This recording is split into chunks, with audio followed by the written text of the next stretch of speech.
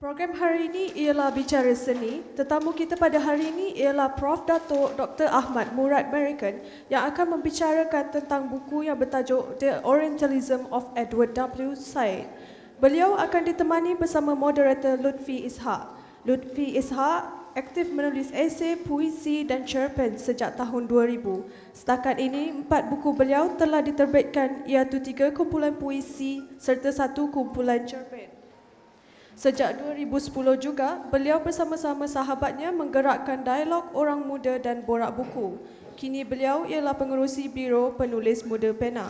Tanpa membuang masa, saya ingin menjemput Prof. Datuk dan Encik Lutfi ke hadapan untuk meneruskan program.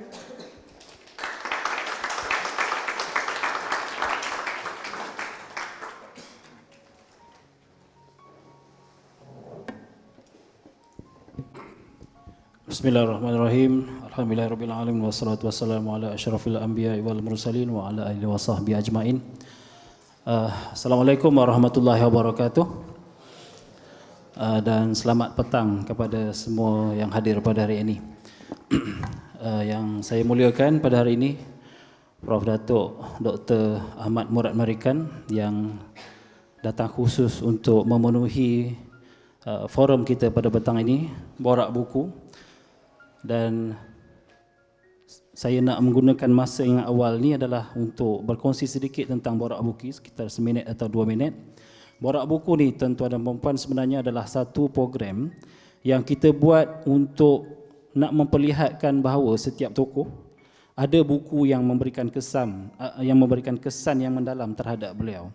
Jadi sewaktu kami menghubungi Prof. Murad, beliau kata beliau nak bincang tentang Islam and Secularism, tapi dah diambil oleh Prof. Wan.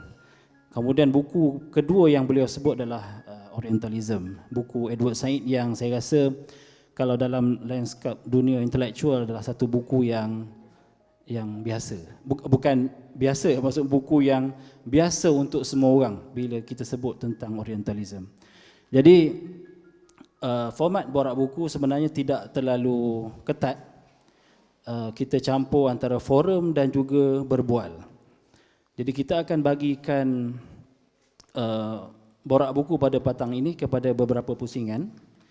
Tadi Prof kata beliau akan menggunakan sedikit masa untuk bercerita tentang Orientalism, buku Edward Said ini, dan beliau tegaskan hari ini beliau nak kita fokus tentang Orientalism.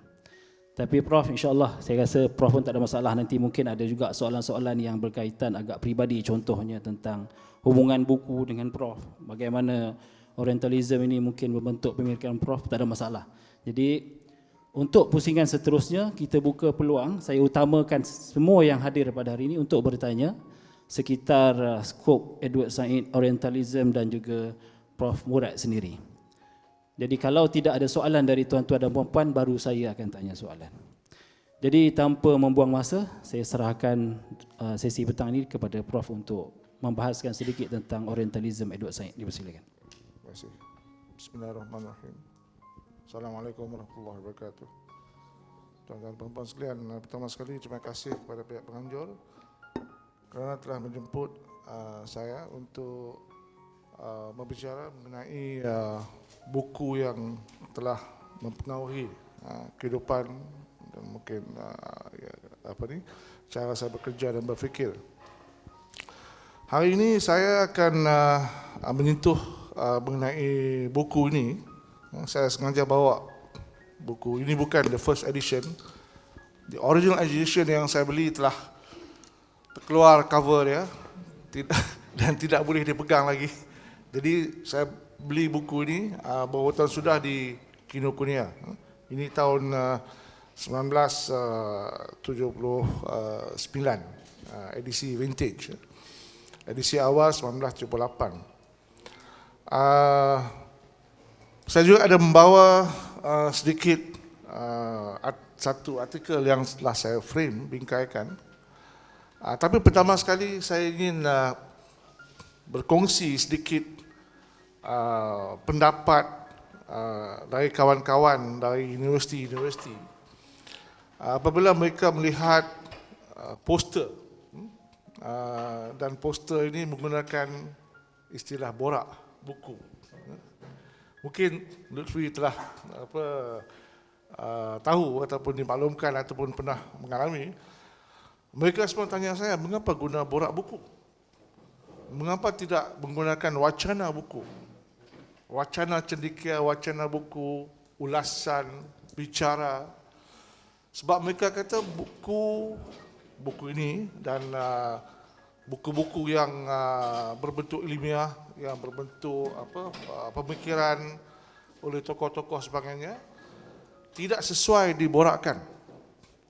Borak itu ada konotasi negatif, omong-omong kosong di kedai kopi, mengopi atau mengetih, yang disampaikan secara agak negatif kepada saya. Saya kata tanyalah penganjur. Dan selepas itu saya kata bukan untuk mempertahankan tapi untuk menjelaskan mengapa idea-idea di Malaysia ini tidak subur. Sebab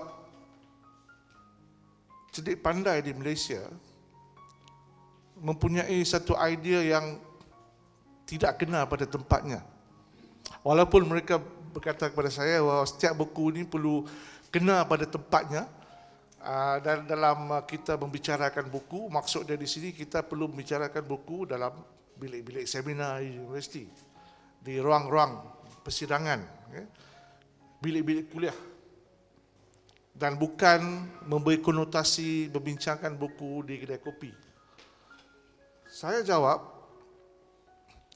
jika buku Orientalism dan beribu lagi buku yang diterbitkan di New York, London, Columbia, tidak diborakkan di kedai-kedai kopi, di lorong-lorong di Paris, di Birmingham, di Columbia, maka ia tidak akan terkenal di seluruh dunia.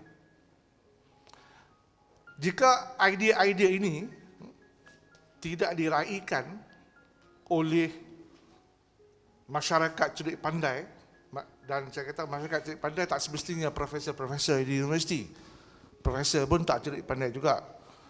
Tapi masyarakat cerdik pandai ialah macam tuan-tuan dan puan-puan sekalian. Dan ia berintasi semua lapisan masyarakat. Tak semestinya yang telah pergi ke universiti, macam adik-adik yang ada sini, belum pergi ke universiti lagi dan akan insyaAllah belajar di universiti. Tak semestinya orang yang ada ijazah, tidak semestinya orang yang ada PhD, dan tidak semestinya orang yang ada pangkat profesor. Ini yang kita nak pupukkan kepada masyarakat di Malaysia, bahawa sesiapa saja yang mempunyai keprihatinan yang tinggi terhadap idea, terhadap pemikiran besar, boleh berbicara dan boleh berbincang. Dan ini amat kritikal dalam keadaan Malaysia sekarang ini, di mana idea-idea kecil dan besar semua disalurkan melalui media sosial. Saya bukan hendak menafikan media sosial, tetapi kita seharusnya menggunakan media sosial ini dengan positif dan menyalurkan idea-idea besar ini melalui media sosial. Tetapi juga kita mesti jangan tinggalkan the hard copy. Hard copy is important, walaupun buku ini boleh terdapat dalam bentuk PDF melalui internet dan pelbagai-bagai program YouTube, tapi tidak sama dengan apabila kita membaca sebuah buku. Dan itu penjelasan saya kepada borak-borak buku di kedai kopi. Maksud saya, tidak semestinya kita tidak boleh memborak buku-buku ahli falsafah, pemikir Barat dan Timur di kedai kopi. Dan saya pun pernah, rakan saya Profesor Zaid, di kedai kopi juga kita bincang banyak-banyak hal yang telah berorientasi ruang dan waktu. Dan saya ingin menjurus kepada sedikit artikel. Ini artikel saya yang pertama tahun 2003 dalam ruangan Learning Curve New Sunday Times. Mengapa saya bawa artikel ini? Sebab pada tahun 2003 Malaysia telah menghadapi satu keadaan memikir semula idea Edward W. Said. W means Wadi, Edward Wadi Said. Dalam landscape intelektual negara kita. Mengapa? Artikel ini dicetuskan oleh dari ucapan Pak Merakan kita Tun Mahathir Mohamad di Perhimpunan Agung UMNO tahun 2003. Kalau kita ingat lagi, tahun 2003, ucapan Tun Mahathir dan ucapan Presiden UMNO amat terkesan, amat mempengaruhi pemikiran masyarakat Malaysia. Dalam ucapan itu, Mahathir telah meminta rakyat Malaysia kita mengkaji bangsa Eropah. Disebut secara categorically bangsa Eropah. Mengapa? Sebab selepas kita pandang ke timur, kita tahu Jepun juga mengkaji dari Eropah. Dan untuk kita memahami diri kita, untuk kita memahami identiti kita, untuk kita memahami agama kita, untuk kita memahami pandangan alam kita, kita mesti tahu sejarah Eropah dan tamadun Eropah. Dan dalam hal ini, tamadun Eropah daripada zaman Greek dan terutama sekali tamadun Eropah awal moden abad yang ke-15, 16 semasa zaman Renaissance sehinggalah ke sekarang.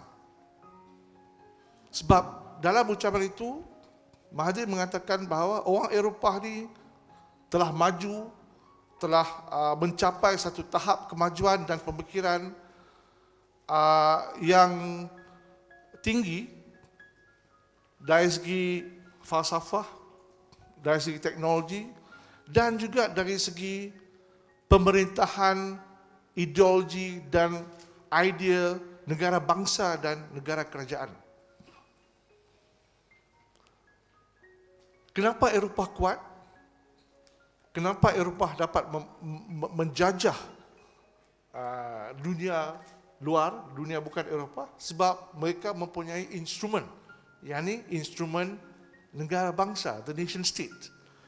Instrumen untuk menyusun atur manusia, instrumen untuk menyusun atur pergerakan manusia dan juga untuk menentukan bahawa manusia ini boleh diperintah, boleh dicorak dan boleh diletakkan di tempat-tempat tertentu. Jadi idea government dan nation state merupakan kekuatan Eropah dan Eropah moden sehingga mereka dapat menakluki dunia sampai sekarang. Jadi di sini selepas saya membaca ucapan itu, maka tercetus pemikiran apa yang diungkapkan dalam buku Orientalism oleh Edward W. Said. Edward W. Said telah menceritakan bagaimana Eropah telah membentuk ilmu terhadap dunia. Dan ilmu itu kita katakan sebagai Orientalism atau Orientalisme. Buku ini bukan mengenai sastra. Buku ini bukan mengenai teks. Tapi bagaimana sastra dan teks itu dilihat sebagai membentuk sains dan pengetahuan. Kita sebut istilah Orientalism ialah dari istilah Orient. Orient dalam erti kata yang biasa bermaksud wilayah geografi di timur, di sebelah timur. Khususnya dalam pemikiran awal semenanjung Tanah Arab, Jordan, Lebanon, Syria dan Mesir dan Levant. Itu disebut sebagai the Orient. Lepas itu kawasan geografi Orient itu telah diluaskan kepada Turki, Iran, India dan benua India, Indo-China, Kepulauan Melayu, China, negeri China, Jepun dan Korea. Kadang-kadang kita tersempak dengan istilah Oriental itu dirujuk kepada orang Cina. Ini juga kerja orang putih. Mereka telah orientalize orang Cina yang ini Oriental di mata sepet dan sebagainya. Itu dikatakan Oriental. Tetapi di Orientalism yang dibicarakan oleh Edward Said ialah di Orientalism yang mana masyarakat Barat dalam abad yang ke-15 telah berlumba-lumba ingin mengetahui, mendapatkan ilmu mengenai jiran mereka yang terdekat. Siapa dia? Orang Arab dan orang Islam. Itu yang dikatakan di Oriental. Ilmu macam mana? Pertama sekali mereka belajar bahasa Arab. Dan ini dicetuskan oleh The Church Council of Vienna, abad yang ke-15, di mana Church Council ini dia membiayai kursi-kursi, chairs, untuk mengkaji dan mengumpul ilmu, collecting knowledge, memberi corak pada ilmu itu supaya dapat digunakan di Eropah. Dan satu lagi cerita ialah kerana di atas church tu ada macam weather vane, ada macam dia punya direction, dan vane itu diarahkan untuk dikiblatkan ke timur. Jadi secara literalnya itu kepada daerah Oriental, maka Orientalism. Jadi dalam keadaan itu orang-orang Barat, profesor-profesor Barat, padri-padri, dan juga petualang-petualang orang yang belayar dari situ, belajar dan mengkaji Barat. Salah satunya yang di peristiwa yang telah mencetuskan idea Orientalisme ini yang seperti yang ada dalam buku ini ialah apabila Napoleon Bonaparte 1890-an telah menakluki Mesir. Dalam dia menakluki Mesir, dia bukan hanya membawa askar, senapang dan senjata-senjata lain, tapi beliau membawa penulis, pelukis, saintis, surveyors untuk melakar, untuk mengukur, untuk mendokumen apa yang ada dalam masyarakat Mesir, termasuk the pyramid. Mengapa mereka buat begitu?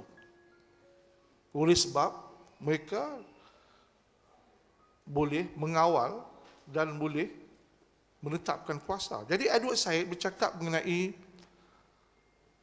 knowledge and power.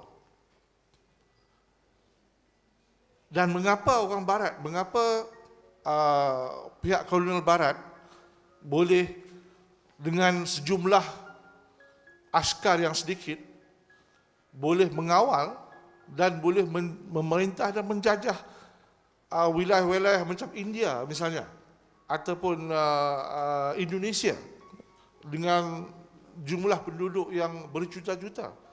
Tapi askar mereka dan kaki tangan mereka yang sampai ke India tak berapa ratus pun. Sebab mereka mengawal ilmu India. Mereka mengawal ilmu alam Melayu. Apabila Wallace datang, dia bawa pelukis. Raffles pun sama juga.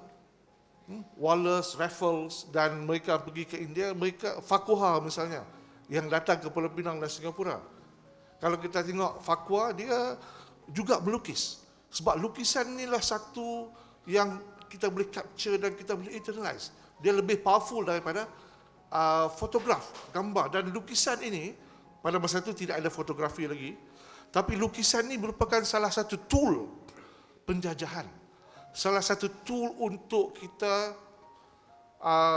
memiliki. Okay.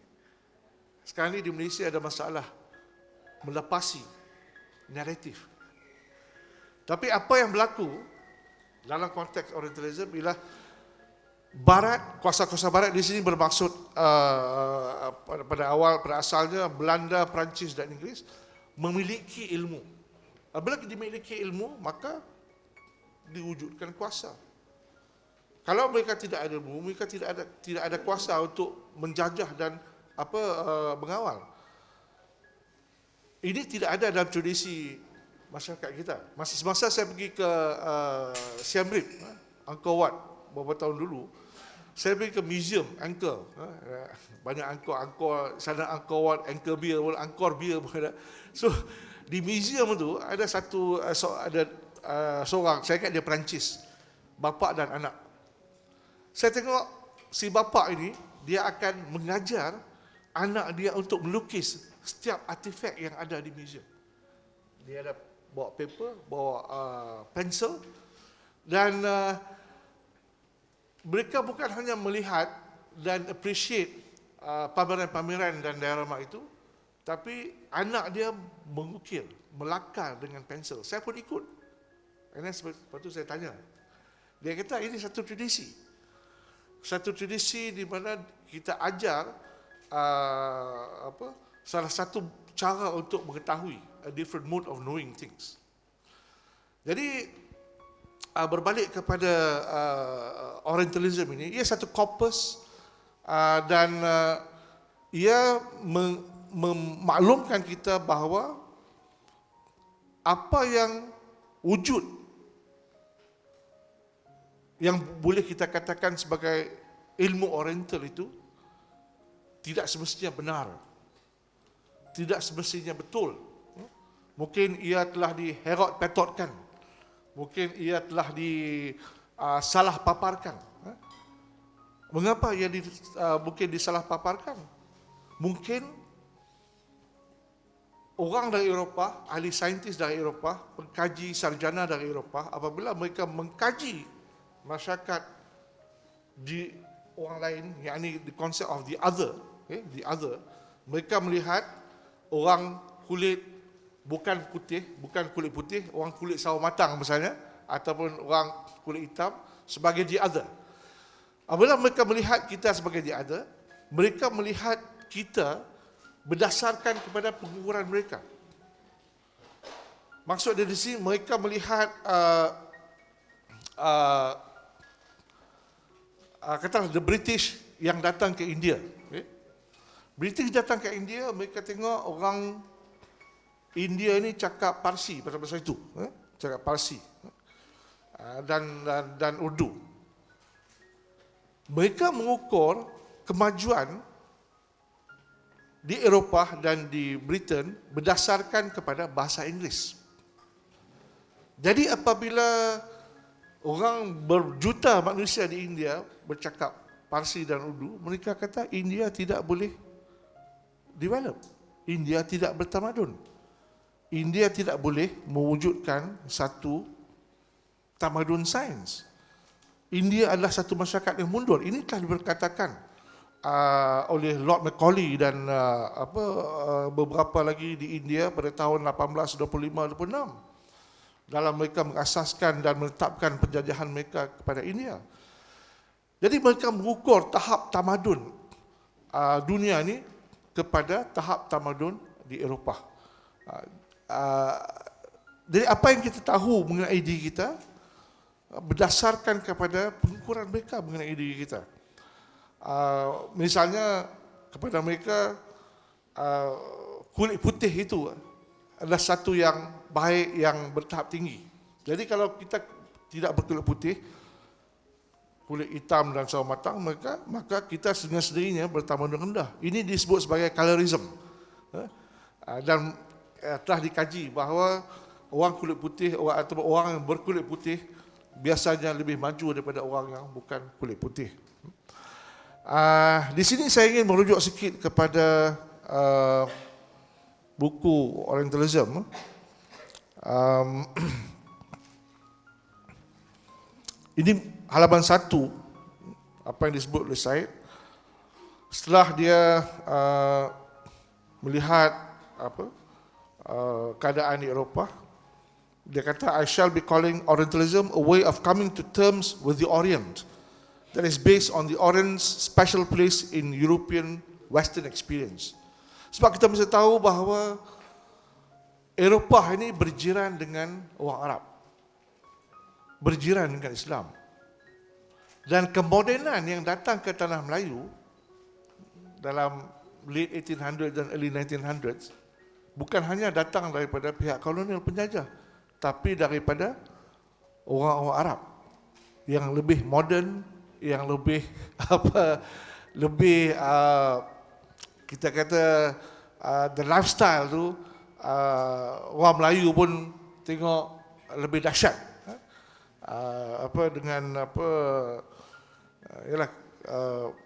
Selalunya keturunan Said, sebenarnya mereka belanjing banyak. Kalau orang Said ni di Kelantan, di Kedah, di Penang, mereka belanjing. Belanjing, there's no problem. Sekarang ni Syafi'i, Ahmad belanjing dah ada masalah, tak ada masalah pun. Boleh belanjing, tapi janganlah keterlaluan. Jadi itu kemodenan. Ada satu ini dalam buku William Roth yang mengkaji mengenai Islam di Kelantan. Mufti Kelantan, ada gambar Mufti Kelantan dengan 2 ekor Doberman kiri kanan. Jadi ini satu simbol kepada permodenan, mungkin salah satunya daripada Timur Tengah. Saya tak tahu, tak mau sebut banyak lagi lah. Yang dibawa oleh orang Arab dan pergerakan Arab dalam kawasan bandar di Tanah Melayu, di Singapura, Melaka dan Pulau Pinang.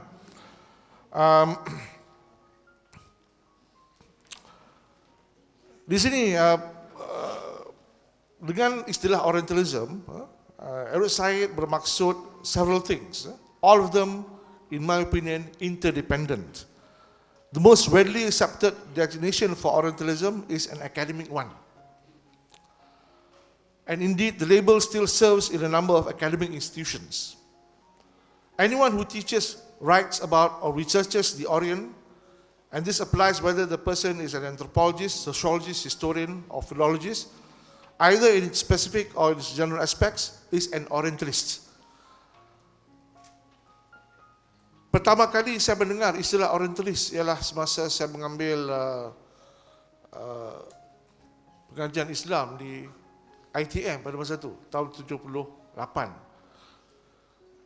Masa itu Ustaz beritahu kami ini Snok Horgronje ialah seorang Orientalis Barat. Kita pun dengar, apa itu Orientalis? Jadi inilah yang dimaksudkan dengan Orientalis. And what he or she does is Orientalism. Yani orang putih, orang kulit putih yang mengkaji kawasan geografi budaya di luar geografi Eropah. Dan ilmu yang dihasilkan itu dikatakan sebagai Orientalism. Compared with Oriental studies or area studies, it is true that the term Orientalism is less preferred by specialists today, both because it is too vague and general and because it connotes the high-handed executive attitude of 19th century and early 20th century European colonialism. Jadi ia dikaitkan dengan kolonialisme Eropah. Selain daripada the academic mode, Orientalism juga memaparkan satu style pemikiran. Style pemikiran yang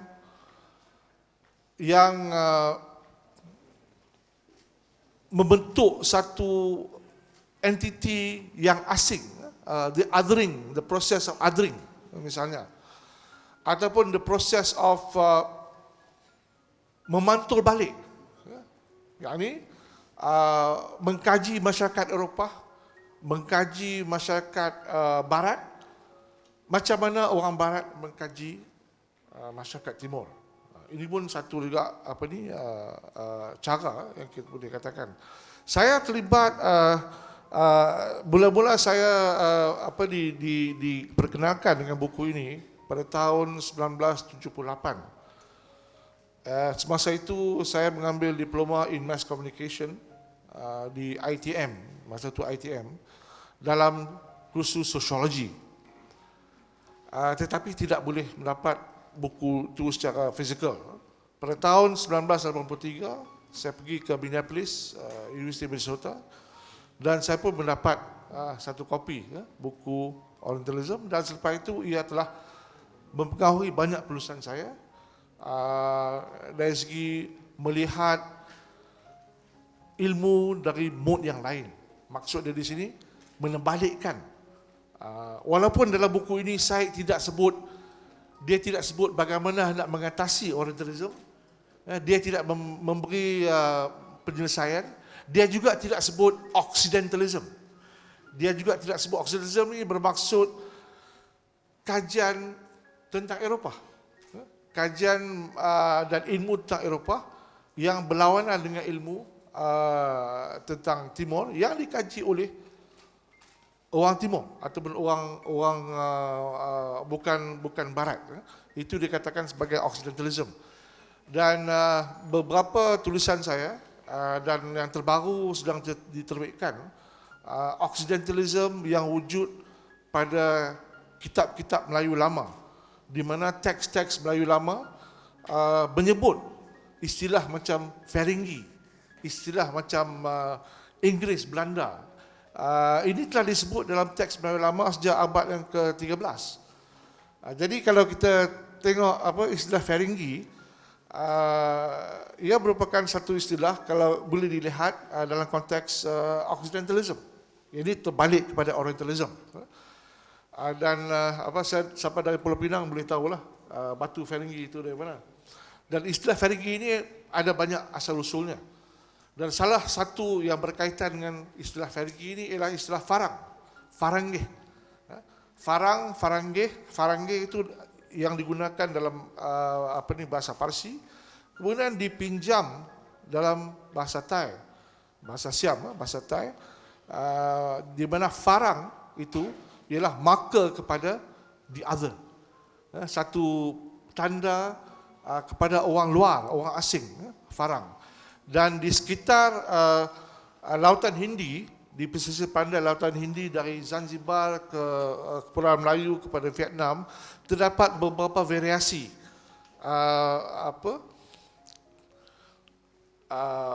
mengenali ataupun istilah ataupun term untuk orang Eropah. Farang, Feringgi, Parangki, Parangkiar, Parangar, Franji, Ferangi, daripada Afrika Timur kepada Oman dan pesisir laut India dan juga di ini juga adalah satu cetusan daripada buku Orientalism. Dan banyak lagi sebab Edu Said telah membentuk satu bidang ataupun satu disiplin yang kita katakan sebagai pasca kolonial. Saya tidak begitu berminat dengan pasca kolonial sebab pasca kolonial bermaksud macam-macam. Dia tidak kritikal, walaupun dia menganggap diri dia kritikal, tapi satu bidang yang besar sejak tahun 80-an untuk melihat dan mewakili atau memaparkan golongan-golongan yang tidak boleh bersuara. Salah satunya yang dikatakan oleh Said ialah mengapa orang Eropah dalam lakaran paparan mereka mengenai budaya bukan Barat tidak membenarkan orang bukan Eropah bercakap. The silent culture. There is no representation. So we cannot, menurut sentimen Eropah, orang Arab, orang Islam, orang kulit hitam, orang Melayu tidak berupaya untuk mengungkap dan express diri kita. Jadi ini satu yang dilihat oleh Said sebagai satu yang tidak adil sama sekali. Jadi dalam implikasi daripada buku ini, maka wujudlah disiplin dan tema-tema macam subaltern studies. Okay? Setengah daripada kita mungkin mengkaji subaltern studies. Sejarah dari bawah, sejarah sosial. Sebab sejarah yang kita tahu adalah sejarah daripada atas, sejarah raja-raja, sejarah pemerintah, tapi bukan sejarah sosial. Dan di sini juga kita dapat lihat di Malaysia ini, dalam 2 dekad yang kebelakangan ini, iktibar ataupun siap sedar ataupun tidak, apa yang ada dalam buku ini telah berlaku, di mana sejarah mereka yang anggap diri mereka ditekan, identiti mereka disisihkan, sedang rancak dibincangkan pada setiap lapisan masyarakat di Malaysia. Satu lagi yang sebelum saya akhir ialah apa yang berlaku di New Zealand pada hari Jumaat, di mana kita dapat lihat seorang ataupun 3-4 orang kulit putih telah membunuh orang Islam dengan maksud yang kita tahu. Kalau ini berlaku sebaliknya, mereka akan kata ini Islamic terrorism atau Islamic extremism. Tapi saya lihat tengok BBC, dia sebut terorisme saja, tapi dia tidak sebut white ataupun Christian terrorism ataupun extremism. Ini juga merupakan salah satunya hakikat ontologi dari kajian Orientalism ini. Sebab kajian Orientalism bukan hanya kajian teks, tetapi ia merujuk kepada what is on the ground, the bloody side of humanity. Sebab sejak abad yang ke-18, ini dalam buku ini, Edward Said mengatakan bahawa every European is a racist. Dan apabila kita cakap, kita mesti faham apa istilah racism ini. Seperti yang kita selalu bincangkan di Malaysia, orang tak faham. Kita kata ni rasis, ini rasis, Melayu rasis, India rasis, Cina rasis. Kita tak faham akar umbi sejarah, the epistemology of racism. Mengapa Said mengatakan bahawa setiap orang Eropah since the Enlightenment is a racist. Dan inilah yang berlaku. Sebab since the Enlightenment, ini zaman pencerahan, abad ke-18, Eropah telah membina satu identiti yang mantap terhadap diri mereka. Tetapi identiti ini memerlukan bayangan yang satu lagi. Jadi apabila mereka mengkaji India ataupun orang Melayu, mereka mengkaji kita India image. Jadi yang membentuk imajinasi Eropah itu ialah orang bukan Eropah itu sendiri. Jadi ini merupakan the discursive dynamism of race and being a racist. Dan apa yang kita lihat hari Jumaat ialah mungkin the latest epitome of that example. Jadi sekian sekali. Terima kasih. Terima kasih Prof. Ada banyak perkara yang disebutkan oleh Prof tadi, tapi saya nak fokuskan tentang sewaktu Edward Said membongkar persepsi golongan orientalis dalam melihat orang selain barat, yakni Afrika, India. Dia memperkenalkan satu kaedah bacaan, iaitu contrapuntal reading. Kalau bahasa Melayu apa? Bacaan kontrapuntal. Dan kontrapuntal ni bukannya Edward Said ambil daripada bidang muzik, sebab Edward Said juga adalah seorang pengkritik muzik, seorang ahli muzik, dalam kerti seorang ilmuwan muzik yang di Columbia dia mengajar muzik. Jadi mungkin Prof boleh kongsi sedikit lah tentang contrapuntal reading tu, dan mungkin bila Prof juga sebut tentang kaitkan dengan tadi bagaimana media sampai hari ini dalam konteks masjid itu pun masih Hari ini di UK ada banyak media fokus tentang kehidupan kecil pembunuh tu, sehingga dia melupakan 50 orang yang mati dibunuh. Maksudnya fokusnya masih lagi nak memperlihatkan sisi baik sebab tu Terran ni waktu kecil. Jadi mungkin Prof boleh kongsi sikit tentang hal ini. Media barat masih berfikir bahawa mereka menjajah dunia. They still orientalist in nature. Dan kadang-kadang kita pun, bukan kadang-kadang, selalulah, kita terpengaruh dan tertawan dengan pemikiran itu sehingga kan kita orientalize diri kita sendiri. Namun begitu berbalik kepada saya, dalam seorang itu mencipta satu idea, elok jika kita tahu latar belakang dia, dia punya asal usul, contrapuntal reading. Edward Said ni dia Professor of Comparative Literature, Columbia University. Dia bukan Profesor Sains Politik, dia bukan Profesor Sosiologi, dia bukan Profesor komunikasi ataupun media. Walaupun dia dah tulis satu buku yang amat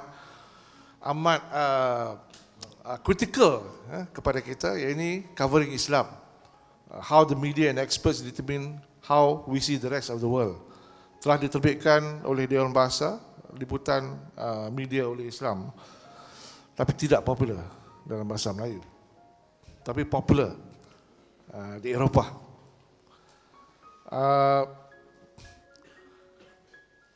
Dia mengkaji,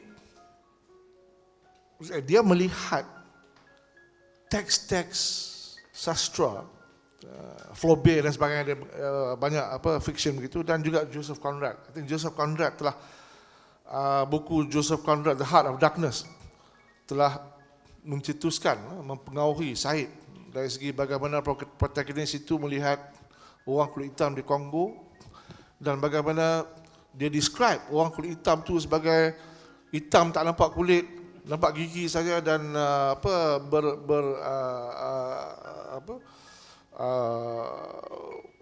nampak macam monyet yang berkeliaran. Mereka melihat kepada dia, orang kulit putih ini melihat orang kulit hitam ni sebagai subhuman. Personally, apabila kita ini satu juga mengenai teori. Teori is an emotional thing. Most of us, sebelum kita ingat kita bila berkaji teori di bilik kuliah, profesor mengajar, okey, ni teori sosial, ni teori tamadun, teori sains. Kita ingat dia satu yang akademik, yang objektif, okay? Yang objektif dan objectified knowledge, yang tidak ada elemen emosi dan sentimen. Sebenarnya teori ini is a very emotional thing. Kita telah ditipu oleh pedagogi pendidikan moden di sekolah dan di universiti. Sebenarnya profesor akan beritahu, this is very emotional. When people measure you and wanting to know you, it's a very emotional thing because they treat you as a thing. Dan inilah Barat, dia melihat bukan Barat ni sebagai objek, bukan sebagai subjek. Kalau kita tanya orang Maori, ni Maori bukan New Zealand, ni Maori yang kawan-kawan di sana lah. Orang dan sejarah Maori dia betul-betul dia marah kepada orang putih sebab orang putih ambil skal tok nenek mereka, measure, call it cephalic index, they call it cephalic index, the measurement, how many inches of the head, cranium, untuk menentukan tahap kepandaian dan kebijaksanaan seorang kelompok manusia itu. Ini yang terjadi kepada orang Maori. So kepada mereka, belum kita cakap mengenai sociology dan anthropology, Maori dia tengok kita semacam dia kata ini bukan objective knowledge. This is what Said was talking about. So Said ni dia dalam membentuk gagasan-gagasan ni, it's an emotional thing for him. It's not something which is objective and detached from his being. Pertama, dia walaupun dia profesor comparative literature, tapi dia melihat literature ini sebagai dynamism emosi manusia yang membentuk categories of knowing. Satu. Contoh Conrad's Heart of Darkness, Joseph Conrad. Dia Polish, tapi dia pakai nama Inggeris.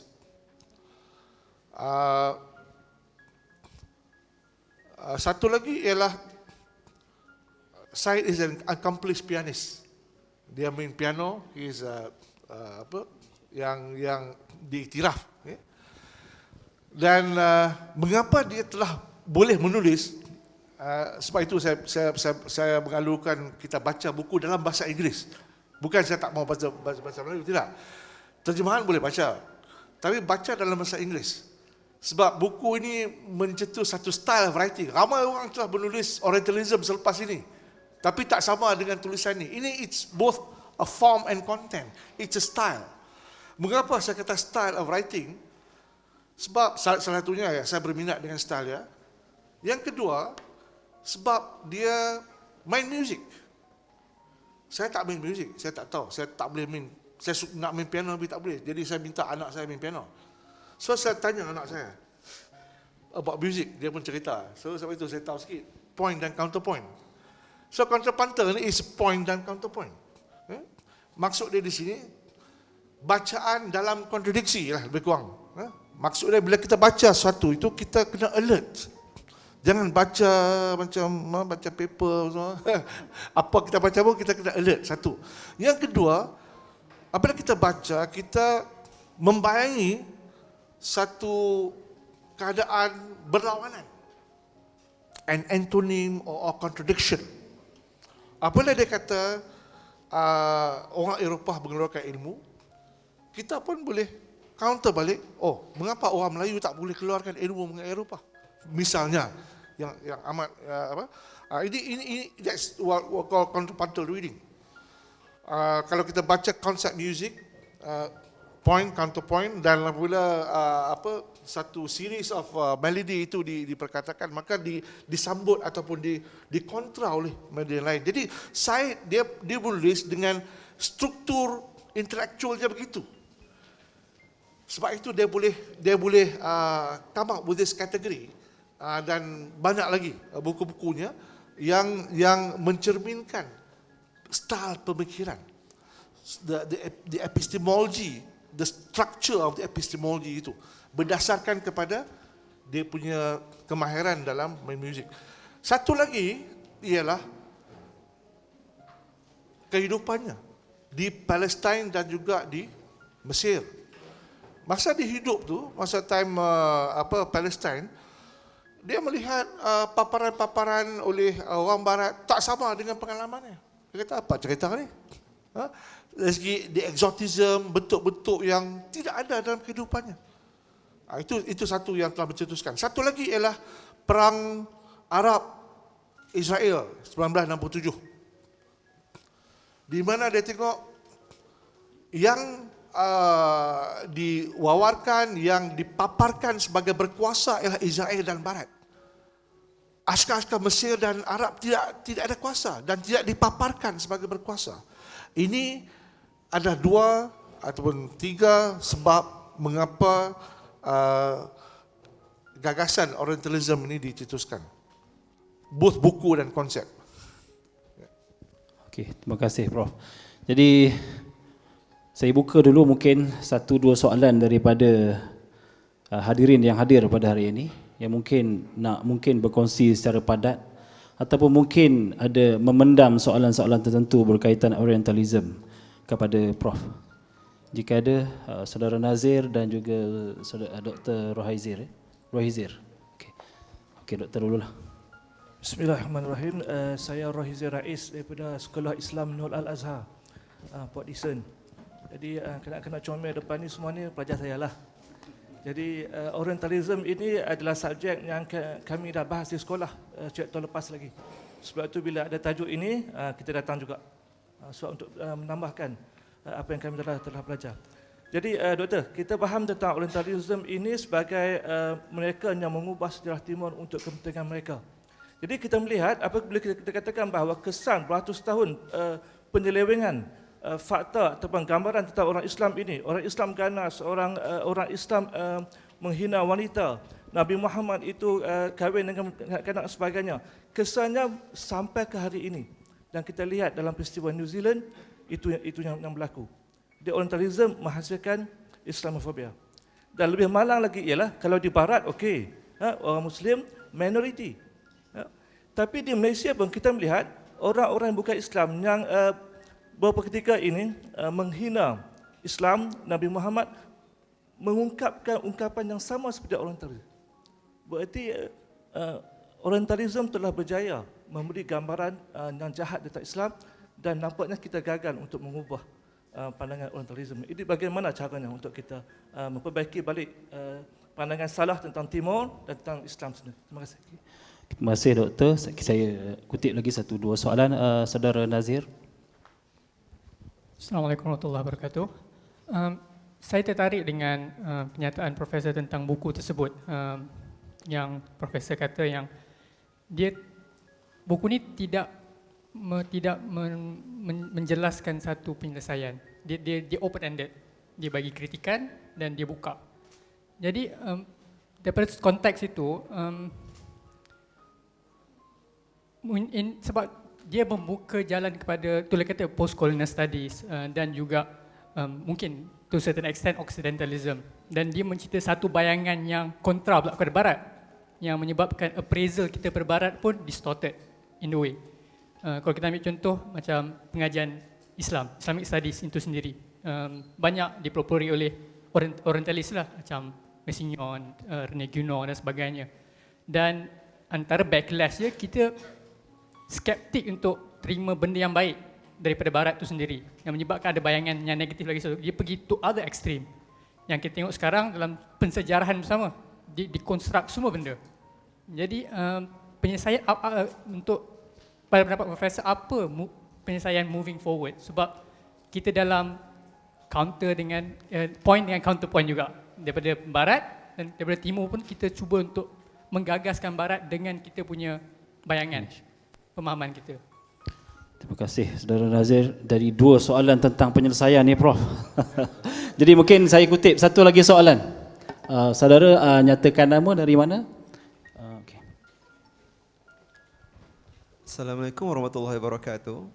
Terima kasih Prof sebab bukan mudah untuk cari orang yang otoritatif bila bicara mengenai Orientalism dalam konteks Malaysia ini. Jadi saya ada 2 soalan.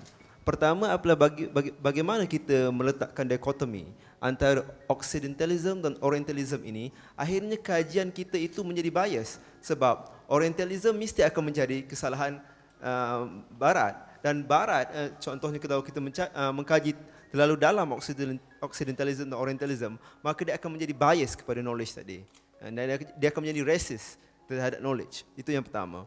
Dan yang kedua adalah saya ingin memperlihatkan bagaimana term racism tadi dan dalam konteks alam Melayu bila kita membicarakan tentang Raffles paradigm atau paradigma Raffles, di mana apabila Barat tadi keluar daripada Enlightenment, maka mereka menganggap konsep bangsa tadi, di mana alam Melayu ini menurut pandangan misalnya Milner, kita tidak ada konsep bangsa. Kita tidak mengenal bangsa, tapi kita memperkenalkan orang. Contohnya daripada Pahang, kita sebut orang Pahang. Orang Melaka. Kita tidak ada term Melayu itu. Dari mana datangnya Melayu itu sebagai the construction of race? Itu saja soalan saya. Terima kasih. Baik, saya tanpa membuang masa Prof, mungkin Prof boleh komen sebab saya rasa ketiga soalan yang ditanyakan ini agak berat. Mungkin Prof nak nyatakan beberapa pandangan. Ada 5 soalan. Yang pertama tadi, bagaimana kita menangani masalah sejarah kita dalam masalah identiti kita. Dan sama juga lebih kurang mungkin saya jawab ni, mungkin saya boleh jawab 2-3 soalan. Sebab itu apabila Saudara Lutfi bertanya buku mana yang telah mempengaruhi saya, jadi bukan satu buku saja. Untuk menyelesaikan masalah, dia perlu ramai pemikir, ramai author dan banyak buku. Masa saya mengambil, masa saya pergi ke Minnesota tu, salah satunya saya mengambil ijazah Sains Politik, Bachelor of Arts Political Science. Dan dalam kelas itu, satu kelas itu, profesor itu dia telah memaklumkan kita. Political science is not the solution to all the world's problems.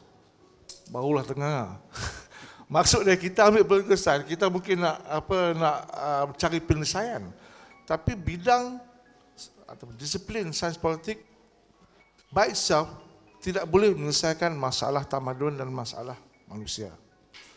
Kita memerlukan bidang-bidang lain. Untuk mengenali Melayu misalnya, bukan hanya bidang antropologi, sosiologi, tapi juga bidang geologi, sains, sains politik, anatomi, dan juga geografi dan sejarah untuk mengenai Melayu. Jadi untuk ini bukan hanya buku ini saja yang telah banyak memberi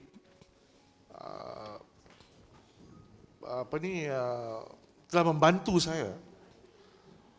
Ada beberapa lagi buku yang ingin saya sebut atau beberapa lagi pengarang. Salah satunya ialah Said Naqib Al-Atas, dan bukunya yang amat hebat ialah Islam dan Secularism, terutama sekali bab 1 dan bab 2. Dalam bab 1, Said Naqib ada mengatakan bahawa ilmu itu muncul, ilmu moden itu muncul was created from a certain crucible. Dia sebut the word crucible. Maksudnya kalau kita siap pipe, kita tengok pipe tu ada crucible. Acuan itu, acuan. Acuan yang ilmu yang kita tahu sekarang ini ialah daripada Barat. Yakni daripada zaman Renaissance, Scientific Revolution dan the Enlightenment. Pada masa itu the major disciplines dalam sains dan dalam sains sosial mula bertapak dan mula mendapat kemantapan. Tapi belum mantap lagi. Sehinggalah ke abad yang ke-19, sociology, anthropology, physics, chemistry, mathematics. Jadi Said Naqib kata ilmu itu telah wujud, tapi ilmu itu telah dipaparkan sebagai ilmu, namun ia ilmu palsu. Saya boleh bagi suatu contoh apa itu ilmu palsu. Kita tahu sains sosial, antropologi, sosiologi dan sebagainya yang datang ke Malaysia. Kita belajar di Malaysia ilmu yang which is constructed by the West, especially in France in the 1700, berdasarkan kepada masalah yang mereka hadapi. Bukan masalah yang kita hadapi sekarang ni. Di Eropah pada abad yang ke-17, banyak masalah-masalah rakyat dan raja, masalah kapital dan pekerja, masalah nilai, masalah permodenan. Semua itu merupakan krisis dalam pemikiran dan tamadun Eropah pada abad ke-17. Maka untuk menyelesaikan krisis itu, mereka bentuklah bidang sosiologi. Okay? Dan kita pun ambil bidang sosiologi yang dibentuk oleh mereka pada abad ke-17 ke dalam universiti-universiti, terutama sekali Universiti Sains dan Universiti Kebangsaan Malaysia dan tahun 70-an.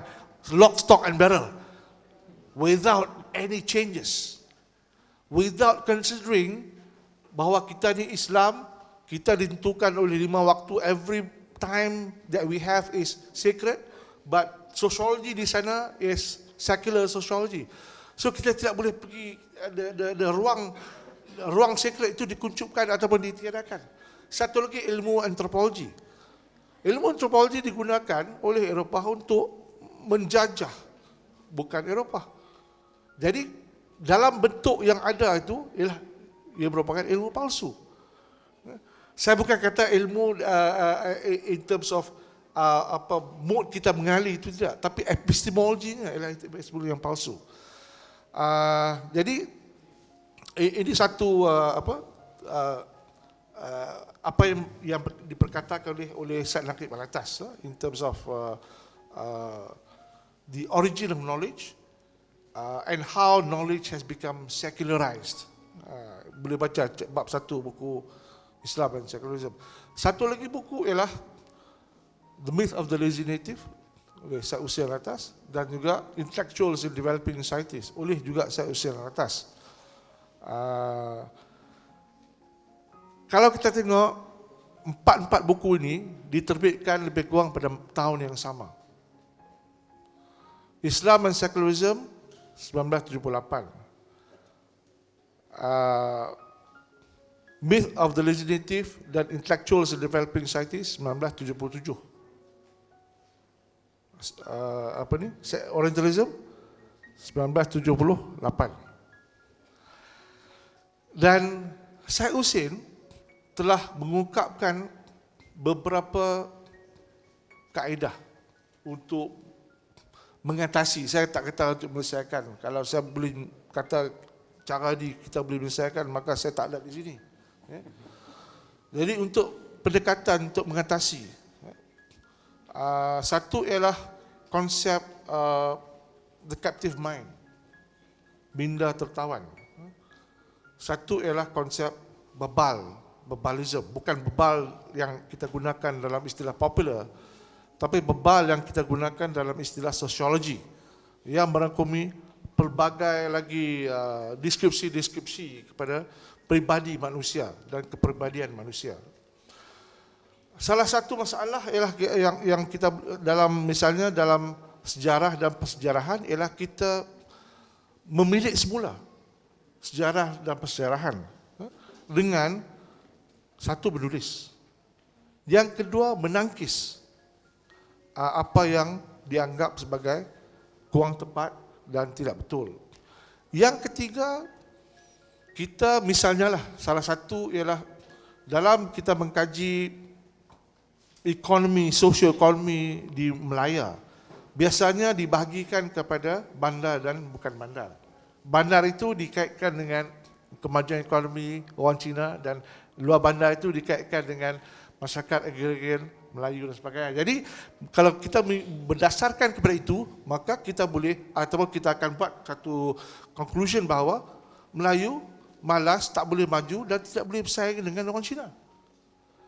Tapi adakah framing itu betul dalam kita membuat kepastian mengenai ekonomi orang Melayu? Apakah ekonomi orang Melayu juga, ataupun ekonomi orang Melayu tidak pernah berdasarkan kepada bandar dan luar bandar? Ekonomi orang Melayu berdasarkan kepada hulu dan hilir. Sebab kalau kita kaji sejarah Melayu, sejarah masyarakat Melayu, pertumbuhan ekonomi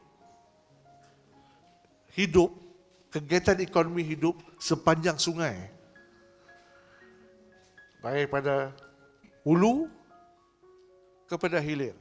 Dan hilir itu dia mengutip cukai. Jadi the activity, perhubungan kekayaan, perhubungan manusia, perhubungan sosial itu bergantung kepada hulu dan hilir. Dan juga kalau kita tengok masyarakat Melayu sekarang ini adalah orang hulu. Kita pun ada orang hulu dan orang, ataupun dalam istilah lain. Ini banyak berlaku. Jadi ini salah satu contoh lah bagaimana kita keluar daripada kepompong, bukan katak di bawah tempurung, bukan minda terjajah, ini asing, tidak sama, tapi minda yang tertawan, minda yang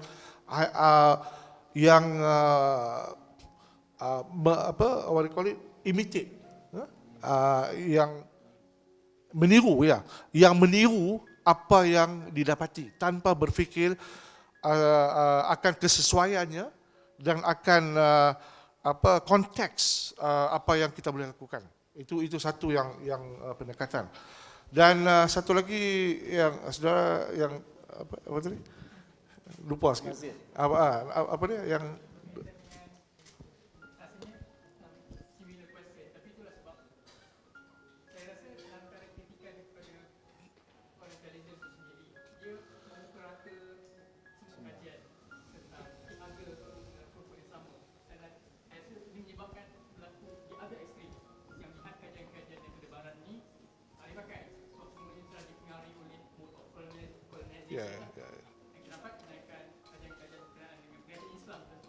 Ya.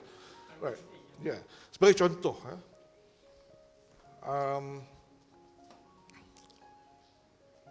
bidang pengajian Islam yang diamalkan di Malaysia. Sebenarnya kalau kita tengok the territory of the theme or discipline, konsep pengajian Islam itu kolonial, sama juga dengan konsep pengajian Melayu. Dan ini dikaitkan dengan misalnya the sacred space dalam sains sosial. Kalau misalnya seorang ahli sains sosial dia nak mengkaji mengenai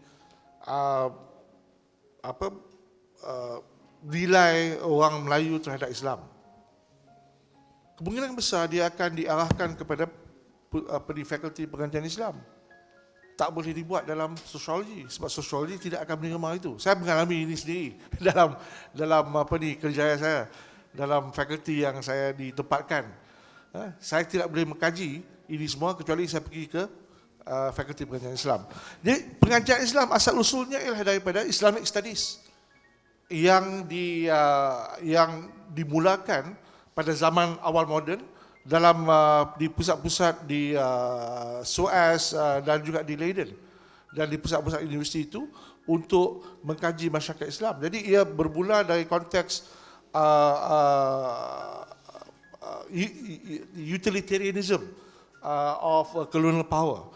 Jadi di Malaysia pun kita ambil itu sebagai satu tema, satu korpus tanpa menyoal apakah itu kolonial atau tidak. Sebenarnya jika kita kata kita orang Melayu, kita orang Islam, dan jika kita katakan bahawa ilmu yang kita kaji itu perlu ada elemen dan perlu dilihat dari segi tasawur perspektif Islam, maka setiap disiplin itu Islam.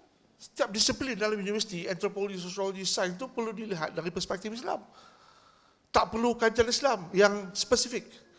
Mungkin spesifik itu ada dari segi syariah misalnya, tapi dari segi economics tak perlu. Ia boleh dimasukkan ke dalam fakulti ekonomi ataupun boleh dimasukkan ke dalam kajian-kajian falsafah dan sebagainya. Ini yang the perspektif itu.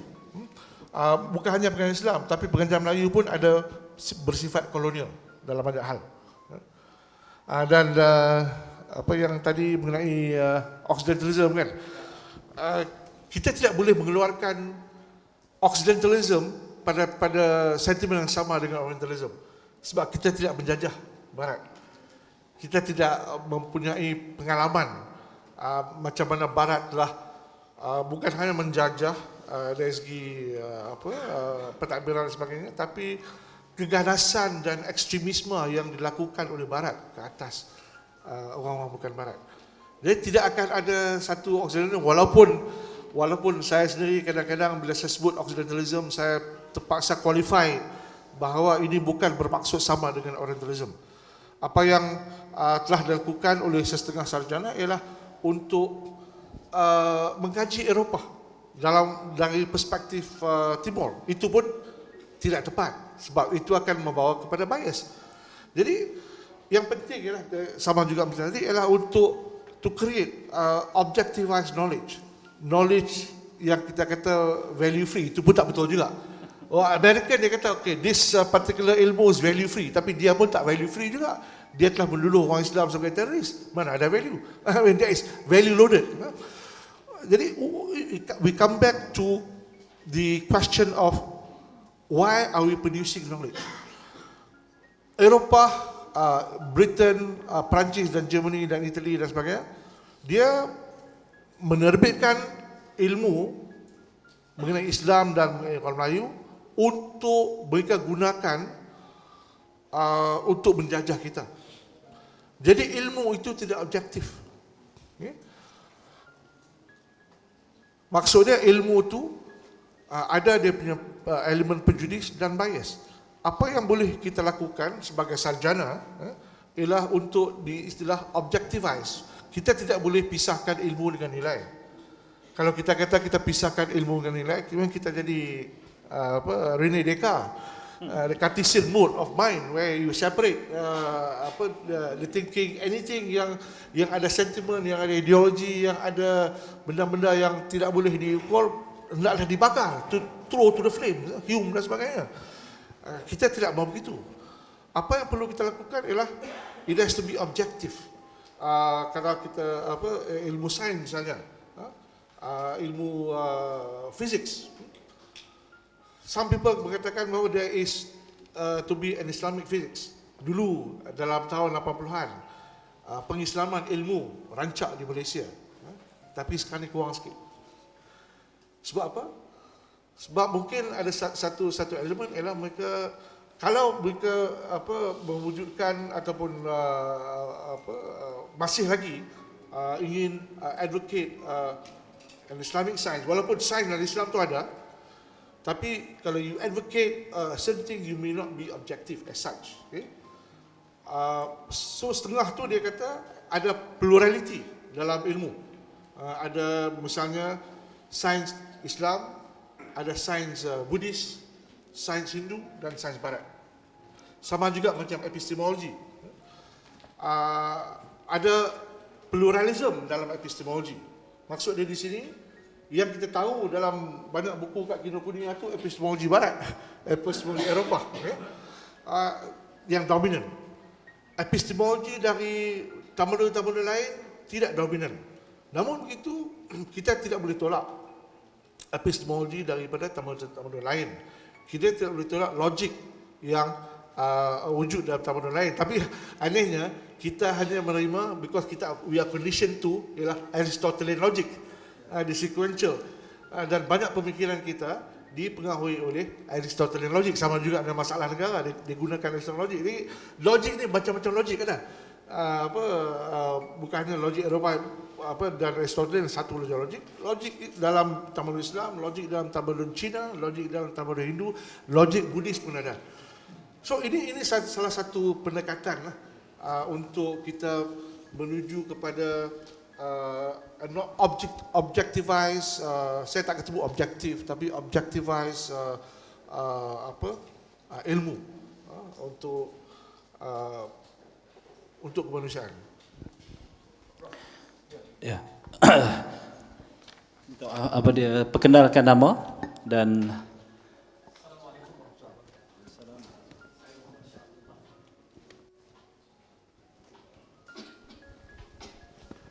Assalamualaikum warahmatullahi wabarakatuh. Saya Muhammad Shah Abdullah. Dua soalan saya kepada Prof. Pertama, baru-baru ini ada sedikit kemarahan Prof kepada akhbar, wartawan akhbar berita harian. Bagaimana nak meluruskan sejarah? Mungkin ini ada kaitan dengan Orientalism. Jadi apa yang sepatutnya wartawan kita di Malaysia inilah yang boleh belajar daripada sesuatu dari Orientalism ini supaya kita mendapat perspektif atau tasawur yang betul tentang sejarah kita. Yang keduanya, Prof ini dikenal sebagai profesor dalam bidang komunikasi kewartawanan. Pernah Prof mengusulkan supaya teks Edward Said ini dijadikan teks wajib dalam bidang pengajian komunikasi kewartawanan. Maaf, saya ada satu soalan tambahan. Sebagai mana yang kita tahu sekarang ini sudah timbul Islamofobia. Adakah ini percikan daripada Orientalism? Terima kasih. terima kasih saudara Muhammad Shah. Saudara dari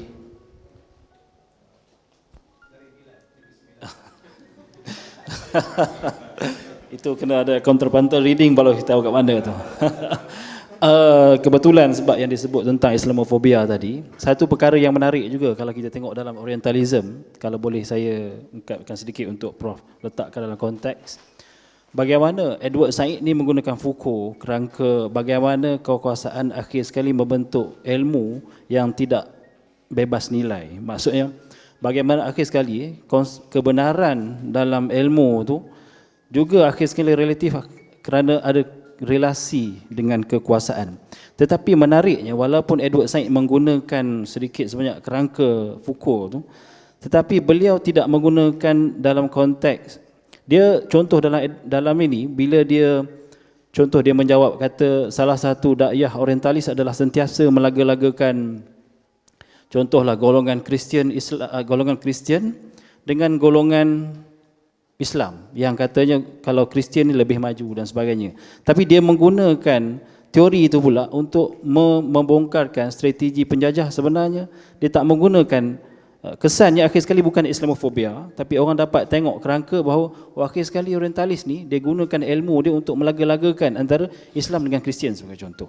Mungkin ada relasilah dengan soalan beliau yang ketiga tadi. Ya, bukan semua orientalis itu tidak baik,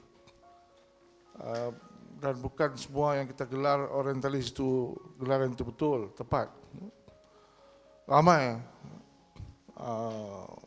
orang barat telah mengkaji kita dan mereka telah memberi ilmu yang kita boleh gunakan. Tapi ramai juga macam disebut oleh Edward Said, Bernard Shaw. Bernard Shaw ni ialah, kita tak boleh tuduh, kalau saya telah baca dia punya biografi, tak boleh tuduh bahawa dia ada satu agenda untuk menghancurkan Islam. Mereka ni sarjana yang hebat. Mereka ni mencebur diri dalam mengkaji satu fenomena yang mereka minat dan mereka ingin tahu. Bukan ada agenda untuk menghancurkan ataupun untuk melaga-lagakan siapa. Cuma dalam mereka mengeluarkan hujah dan wacana mereka, ada yang menyalahgunakan dan ada yang juga melihat mereka ini telah melihat Islam dan tokoh-tokoh Islam dalam konteks politik mereka. Sebab epistemology juga is political. When you talk about the production of knowledge, satu, it is epistemological.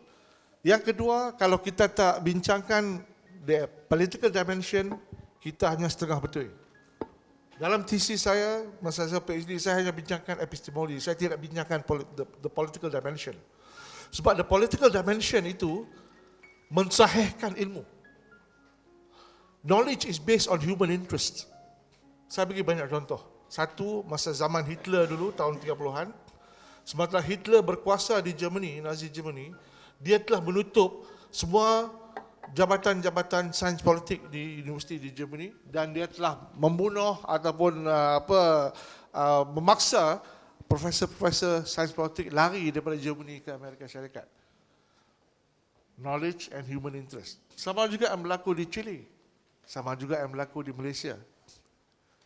Tahun 89, 88, 89. Jadi, Edward Said bercakap mengenai bagaimana struktur sistem ideologi politik telah mensahihkan ilmu. Giving legitimacy to knowledge, which is what Foucault also, he derive his methodology from Foucault. Kalau kita baca Foucault tak sebut metodologi dia apa. Ini pun dia tak sebut metodologi apa. Dan Foucault pun tak tahu Said. Said yang kata dia belajar daripada Foucault, tapi Foucault tak pernah tahu Said. Foucault tak apa. Tapi kalau kita nak mengenali Michel Foucault dari segi the production of knowledge, dari segi how knowledge is legitimized, dari segi how knowledge is undermined by power, kita baca Foucault. Okay? But this is an example of what Foucault thinks in terms of the maintenance and sustainability of knowledge. Satu example, bidang sustainability. Dulu tahun 60-an, 70-an tidak ada sustainable science. Dalam masa 20-an, dalam masa 20 tahun, everybody talking about sustainability. Sustainable knowledge, sustainable university, sustainable science, sustainable semua. Why? I mean, I don't. Sustainability ini is a team created by the Brand Commission tahun 1970-an dalam mengasaskan the International Economic Order. Maka dia membentuk satu istilah yang membayangkan bahawa dunia ini tidak akan kekal apabila kita menyalahgunakan sumber. Maka kita pun ambil bidang itu, nama itu dan gunakan kepada setiap bidang. Itu pun tidak betul sebab itu masalah barat, itu krisis barat. Sustainability itu is a western crisis, not our crisis. Kalau kita tanya because of sustainability misalnya, kita tidak gunakan timber, kayu untuk pembinaan. Kita rasa tidak cukup timber, sebenarnya timber itu cukup. Cukup timber, cukup kayu untuk kita buat rumah. Tapi oleh kerana kepalsuan pemikiran tentang sustainability, kita pun tidak guna. Ini dan dengan sendirinya kita legitimize that concept of sustainability. So ini knowledge, politics and its legitimacy. Dan banyak lagi lah. Dan apa yang Muhammad Shah tadi apa dia? Dari segi ya ada dua soalan kan. Satu soalan ialah the second question is sorry.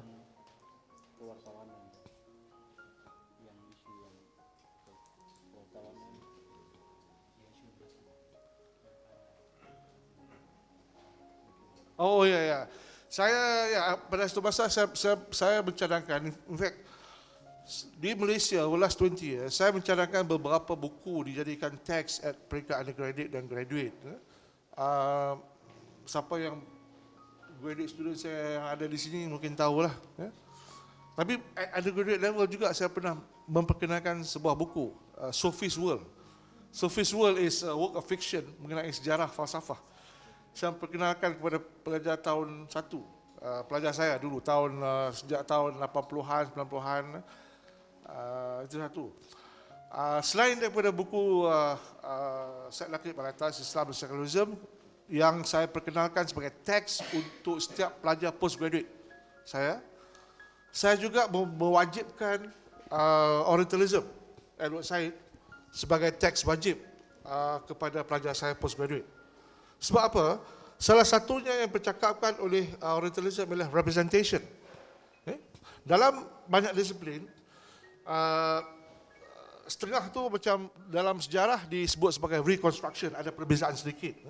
Dalam sociology disebut representation. Dan ini ada satu teks mengenai the representation, under-representation, over misrepresentation of people, of voices. And here he is talking about the under-representation of Muslims and Islam and people of the East. Tidak diwakili, tidak dipaparkan dalam media. Orang tak tahu. Masa zaman revolusi Islam 79, orang Iran kata revolusi Islam, orang Iran kata revolusi Islam, tapi kita revolusi Iran 78.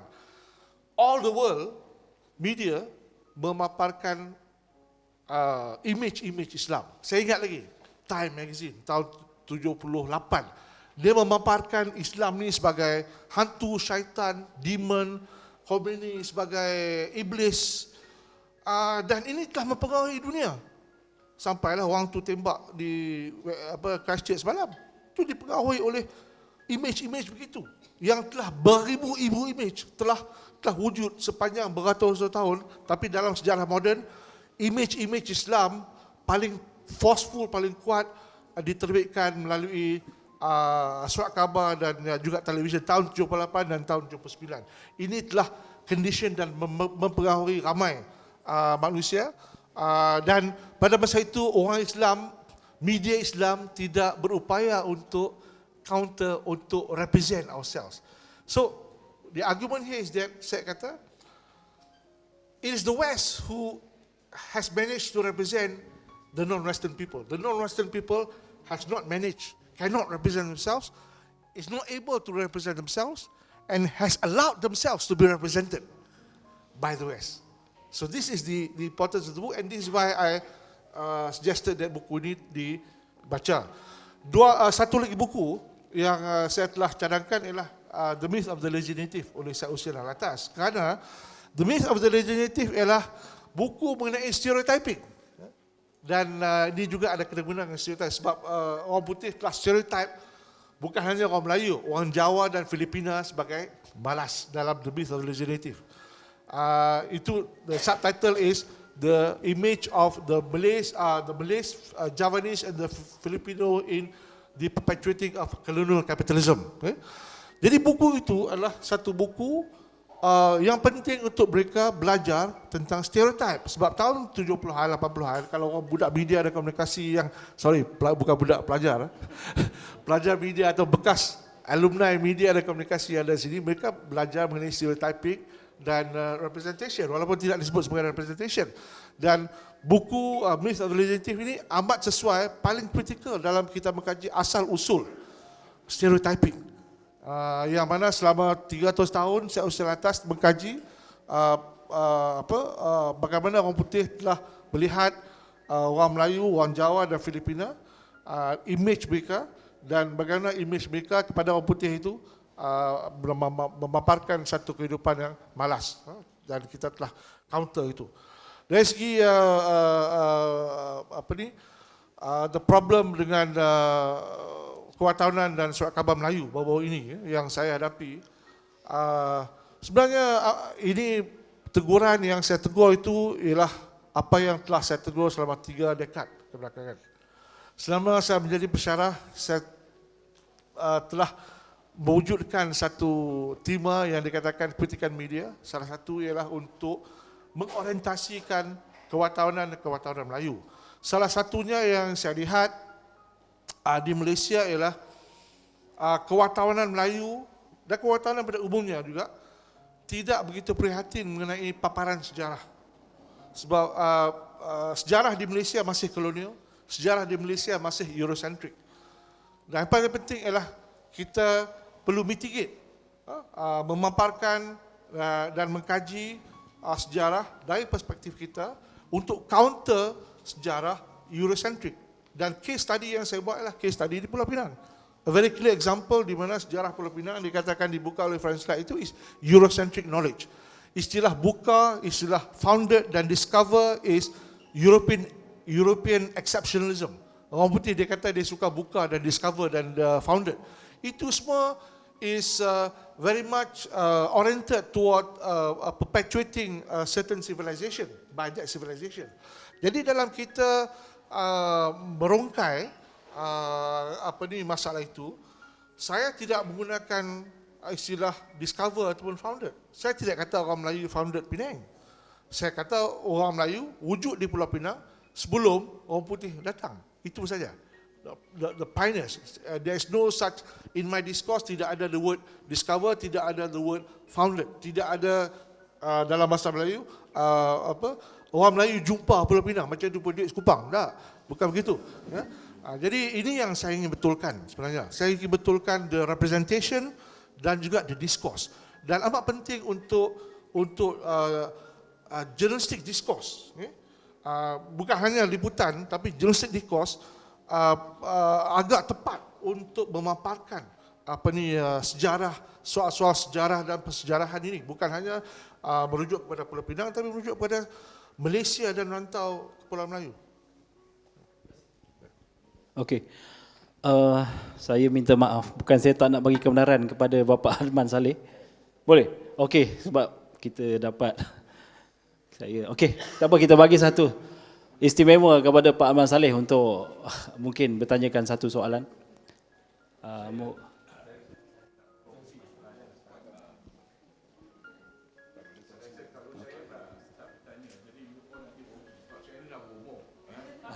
Saya nombor 1 dah berumur dan saya ni bukan academician, bukan penulis buku dan bukan saya ni petukang.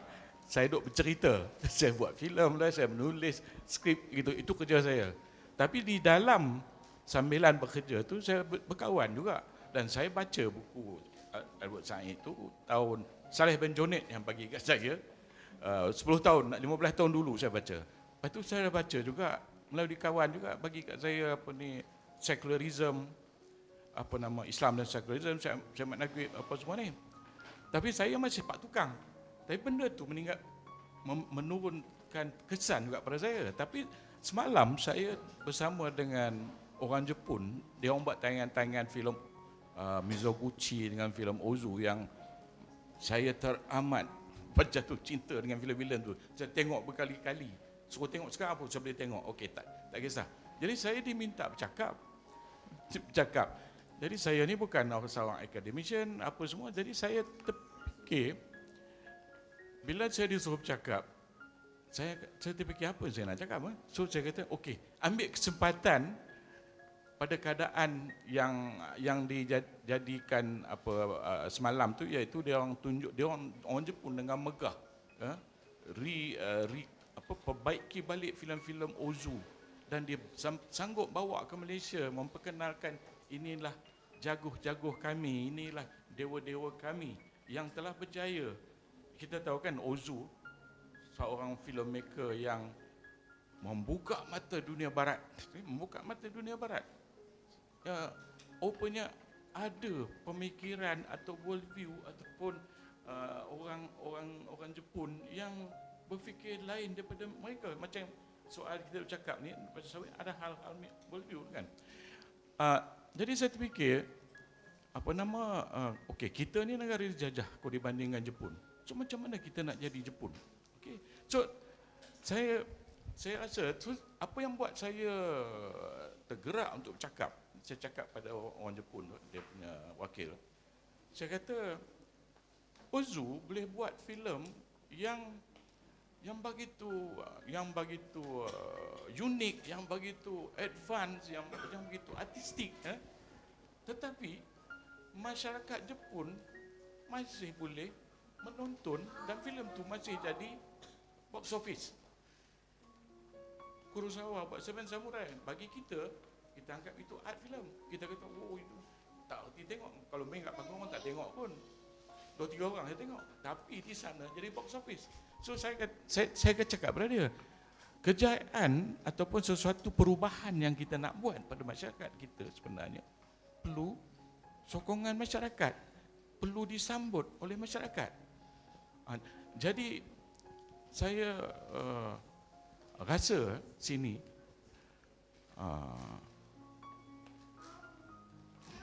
saya rasa sini yang mana yang mendengar cakapan ini, kupasan buku ni semua sebenarnya kalau boleh tak sabar nak apa-apa pertemuan, apa-apa perjumpaan untuk benda itu berkesan kepada masyarakat. Saya rasa itu saja saya nampak kelemahan kita dibanding dengan Jepun, dibanding dengan mana-mana, iaitu dalam konteks pentadbiran kerajaan kita, iaitu selalunya idea tu kita banyak, dasar banyak, hebat semuanya, tapi biasanya masalah pelaksanaan. Itu saya punya pandangan saya nak berkongsi di sini sebagai orang yang bukan akademian. Terima kasih. Terima kasih Pak Aman. Terima kasih. Ya, itu satu pandangan yang penting yang kita boleh ambil dan fikirkan. Jepun ni dia ada national narrative yang kuat, naratif nasional. Kita sejak kebelakangan ni naratif nasional kita kelang kabut. Sejak 2 dekad kebelakangan ni, tapi nampak lebih-lebih lagi lepas 9 Mei. Jadi kita perlu mewujudkan kembali naratif nasional dalam konteks negara baru. Saya tak mahu sebut Malaysia baru, tapi negara baru. Dan apa yang ada pada Jepun, selain daripada memegang kepada Meiji Restoration 1870-an, mereka juga ada dalam tahun 1930-an Kyoto School of Philosophy. Kyoto School of Philosophy amat berpengaruh dari segi membentuk benda-benda Jepun, the Nihon Jinron, Japanization, the Nipponization of things. Ia berasal daripada situ. Walaupun dia dibentuk oleh sekumpulan ahli falsafah, tetapi pengaruhnya sampai ke popular, pengaruhnya sampailah mempengaruhi Maharaja Hirohito untuk berperang dengan Eropah, Pearl Harbor. Itu pengaruh falsafah terhadap Perang Dunia Kedua, sebab mereka mengkaji Eropah. Kyoto School of Philosophy ini mengkaji Eropah sehingga mereka jatuh cinta kepada Eropah, dan cinta itu menjadi benci, dan kebencian itu telah membuat mereka terlibat dalam Perang Dunia Kedua, jatuh bom di Pearl Harbor. Ini yang berlaku. Kita tidak mahu ini berlaku kepada Malaysia dan masyarakat kita, tapi kita perlu ada satu center mengembalikan pemikiran mainstream.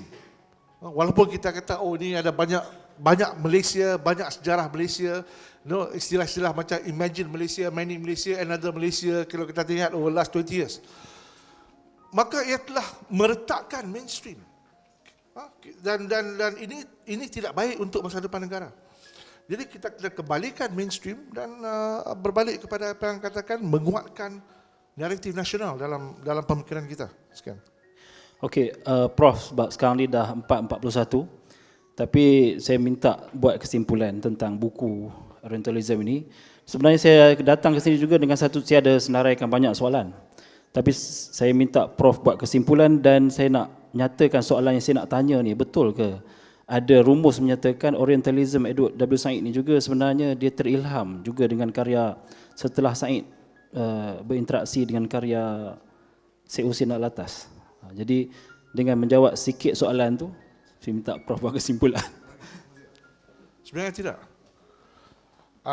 Syed Hussein Alatas dia menulis buku Myth of the Lazy Native tahun 1977 dan 78 ini terbit. Tapi buku ini tidak dipengaruhi oleh buku Syed Hussein Alatas. Dan buku Syed Hussein Alatas tidak mempengaruhi buku ini dan tidak juga mempengaruhi buku, sebenarnya dia katakan dalam buku Culture and Imperialism 1982. Saya menjadi audien kepada lecture Edward Said di Minnesota pada masa itu, dan sebahagian lecture itu menjadi chapter dalam buku Culture and Orientalism. Mereka mungkin bertemu sekali, dan tapi tidak ada